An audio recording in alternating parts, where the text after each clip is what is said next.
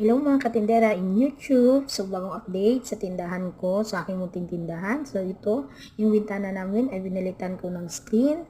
Tapos, nilagyan ko ng plastic cover, yung makapal, para parang salamin siya. Okay, so, yun yung ginawa ko sa aming bintana. So, para mailagay ko yung mga paninda ko sa front. At saka dito naman sa loob. So, dito ko rin nilagay yung iba pang mga product ko. So, nasa loob siya. So, yan yung mga bago kong arrangement. So, lagi naman akong nag-upgrade daw, sabi ng anak ko palagi, araw-araw. So, ito yung bago kong lagayan ng aking mga paninda. So, nilapit ko sa may bintana o sa may screen para mas makita siya ng mga customer kasi yung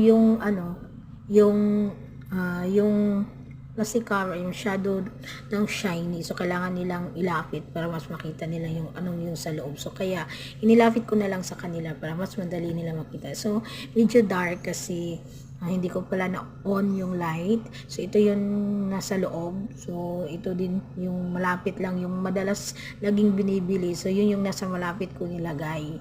So yan yung mga putol